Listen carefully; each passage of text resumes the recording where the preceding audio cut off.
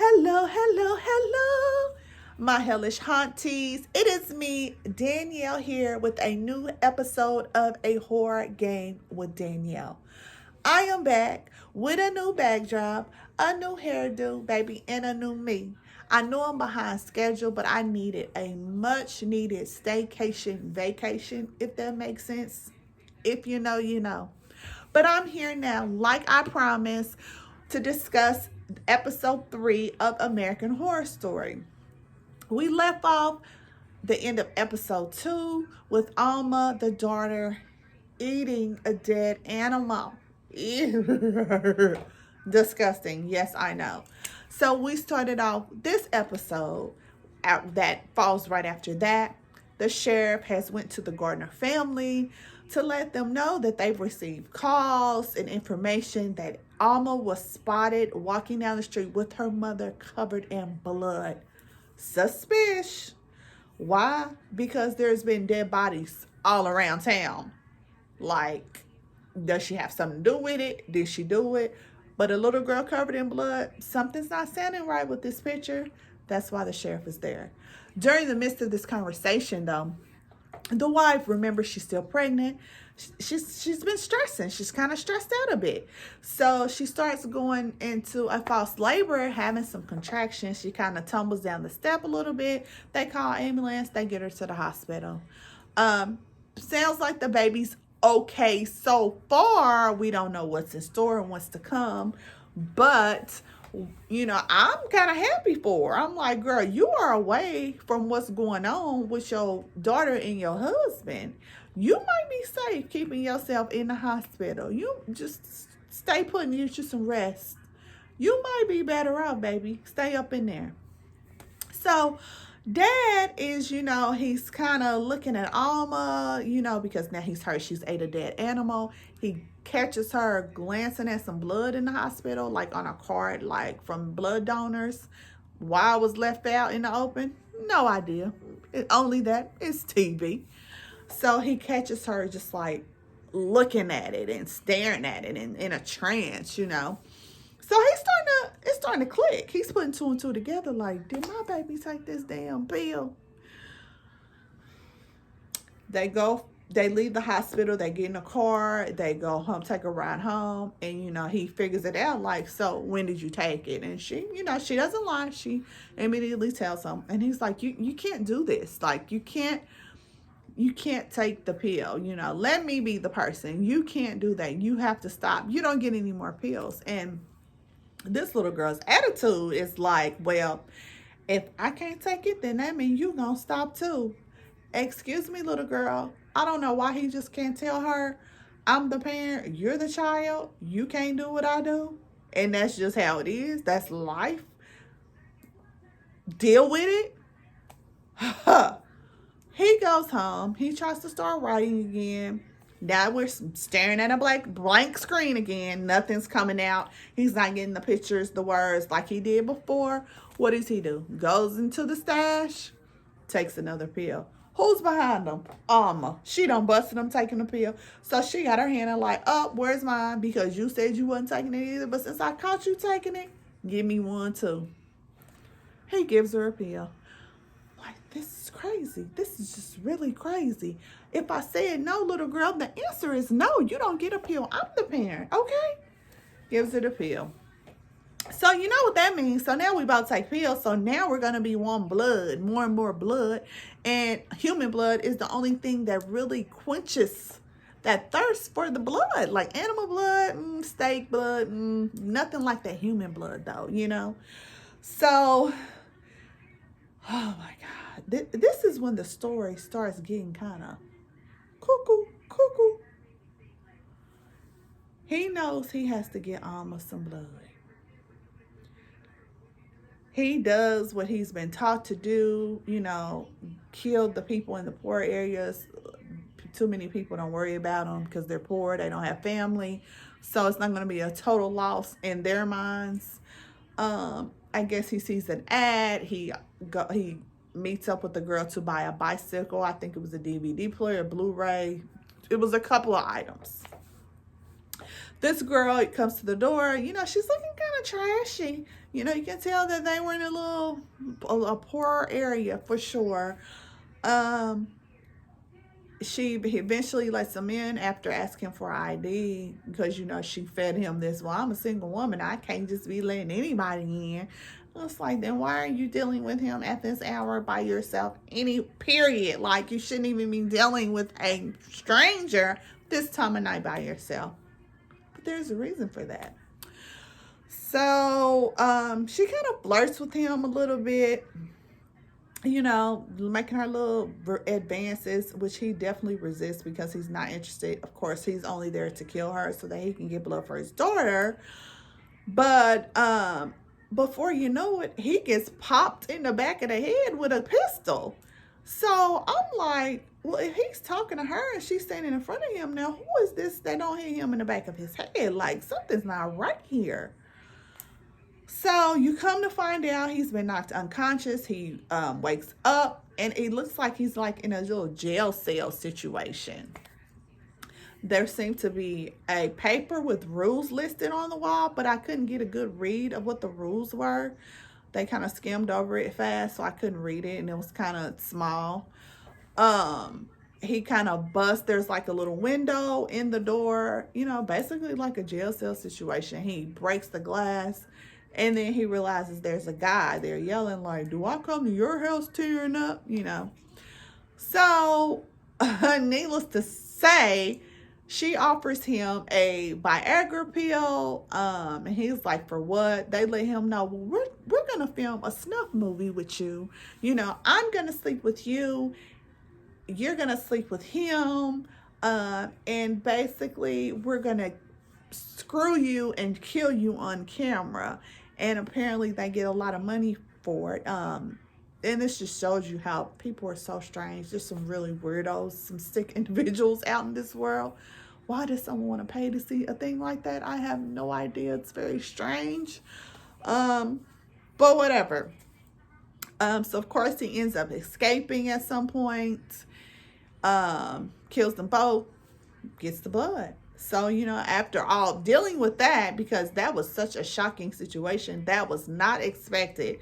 Thought he was going in there for the easy kill like normal and leave out. But he had a lot of work to do. Like, he almost became a victim, like literally himself.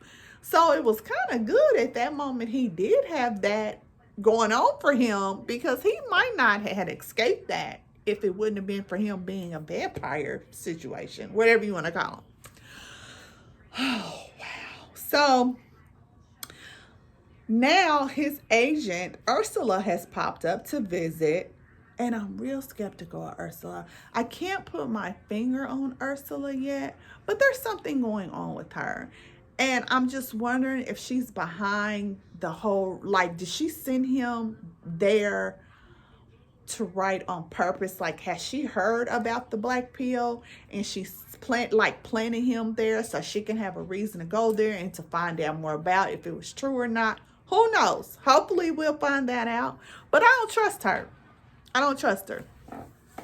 So she pops up, you know, trying to claim, you know, he's wrote this magnificent screenplay and checking on him. And it was bad timing, you know, the wife's in the hospital. Alma is now taking a black pill. He's on a black pill. So it's like, you might not want to be around them two right now. So, you know, because he has to keep hunting for Alma, because it seems like her hunger comes often. I'm not sure if it's because she's a child, but every 15-20 minutes you look up and this little girl's talking about she's hungry. So now he got to go out here and kill somebody again to help her out. So he ends up leaving. Ursula ends up leaving. She's like rented out a room, you know, and he's telling her like, you shouldn't be out on the streets by yourself, so be careful. She's like, I'll be fine. She goes to have dinner at the same place where the Magnificent Two were doing their karaoke, and of course they're doing it again. But Ursula she just has an attitude. Like, she just seems very mean and hateful. You know, she was kind of frowning up at the food. She was irritated by them singing. She told them to shut up. She was just rude. So they kind of exchanged words. She basically told them their singing sucked, basically. So they were highly offended by that and did not like that at all. And they end up leaving. Then Macaulay Culkin's character sitting there, trying to talk to her because he's figured out that she's the agent. And now that he has opened up his talent by taking the black pill, he wants, to create a successful life for himself also. He doesn't want to be the person, the homeless drug addict that everyone looks down on in the town, or sell himself. He's also a prostitute. He doesn't want to do that anymore. He wants to create a life for himself now. He feels like his level has stepped up to those of everyone who has taken the black pill. And at the onset, she shuts him down. He ends up chasing after her. They have a conversation. And she's like, you know what? Bring it. I'll read it. Whatever. What do I have to lose, basically? She reads it, and she tells him it was amazing. So now she's very, like, what is going on? Like, you are a drug addict prostitute who has created this wonderful work, my author that I work with, now he was okay, but now the work that he is creating is like Mark Twain level. So it's like something is going on in this town. What is going on? Like something is going on. It's just a place of just everybody just doing all this awesome work. I think not. Something's going on. So, he confesses about the black pill. It wasn't really hard to get him to confess. He kind of really easy gave up the information. She's like, I want some. I want the pills. I want more. I want more information. I want to know. Tell me everything. He tells her what he knows, and she's like, steal me some black pills. So she's also like, I have a deal. I want to meet the person that made the pills. I want to offer them a deal. I can make them very rich. Take me to the person. He's kind of hesitant. Like, don't know about that. And this is also after Black Noir tells him he needs to kill the agent, Ursula. Because Ursula is not, they're offended by the fact that she was rude to them, for one, and that she said she didn't like their singing. So now she's like, I want her to be your first kill, but he already had his first kill and almost ended up not being a kill, but he made it. Thank God. It just took longer than expected, I'm assuming. He had to really work to kill that person, but he ended up doing it in the long run. So after Ursula tells him, after he's supposed to kill Ursula, he goes to Ursula and he doesn't kill her, of course. She talks him out of it. She lets him know, there's been a job offer for you. So if you kill me, how are you going to get this job offer? So immediately the thought of him killing that went out of his mind. He's like, you know what? I'm trying to be successful. I'm Black Noir. Somebody else going to have to kill her because I'm trying to get this job. So, and who knows if she was telling the truth or if that was just a way for her to get out of being murdered. I'm not sure, but she's like, take me to the chemist. The chemist is the person who has created the black pill. I'm assuming that the chemist is going to be probably one of the most important characters in this season. Doesn't give you a lot of history as to why or who or where, about the chemist. I'm sure that's coming up. I think we might get a little more in the next episode. It seems like that's what they showed on the premiere a little bit. Like they're doing some flashbacks, which is awesome.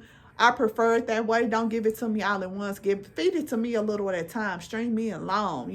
That's what I like. So I kind of enjoy that. It makes you want more and continue to watch it.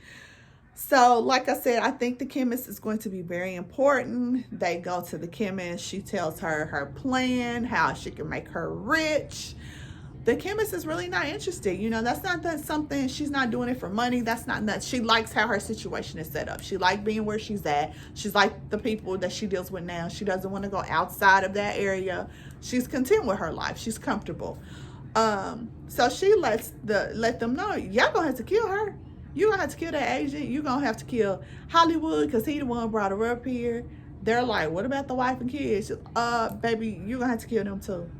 You're gonna have to kill all of them.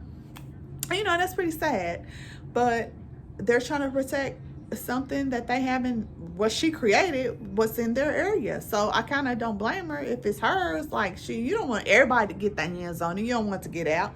This is something I did for here. We don't want everybody to get involved, government get involved, get their hands in it and start changing stuff. Like, we don't want all that. We're fine with how things are. So hopefully, like I said, we'll get more on the chemist next week. And the chemist is actually portrayed by Angelica Ross, I believe, who was a character on Pose and also on American Horror Story 1984. So love her. She's great. Does an awesome job. So after, you know, the scenes with the chemist, then we go back to Alma and Ursula. Ursula is now babysitting Alma, but Ursula is like, you know what, I'm gonna take a nap and I'll come back down with you. Dad goes out. While Ursula's napping, the sheriff comes back, you know, trying to be slick, waiting on Dad to leave so she can catch Alma alone, thinking she's gonna take her to the station. And I'm like, in what world can you just show up at my door and take my child to the police station without me knowing? It's like, come on now, really? Like, you're kidnapping, baby. I don't care that you're a cop. She can't just go with you without her parent present, and she's not over 18 years old. But anyway, so, you know, she comes and tries to get some information out on Alma, and unfortunately, Alma ends up killing her and draining her blood and keeping some. Dad comes back home, and Alma and Ursula are playing cards. So Ursula's like, we need to talk. That was the final scene, which is really, like I said, it is so many different things in American Horror Story, so many characters, so many, you know, everybody has some kind of motive, history. I love the flashbacks. I love how he brings everything together. Everything is just amazing. Every episode gets better and better. I hope we keep that momentum. I hope it keeps going that way. Can't wait for next week. I just can't wait. I just love it. I don't know what to say. I'm excited that this is double feature, but on the downside, I'm not a big fan of aliens, and I know part 2, the focus is going to be on aliens, and somehow they're going to tie together with Red Tide, which is this one, and I'm not really sure what the second part is going to be called, but I just know it's going to have to do with aliens. So I don't know how I feel about that part, but needless to say, I'm a big fan of RyanMurphy and his work, and especially American Horror Story. And it's like all the characters are just awesome, and all the actors that he brings back every season, they're meant to play these roles. That's all I can say.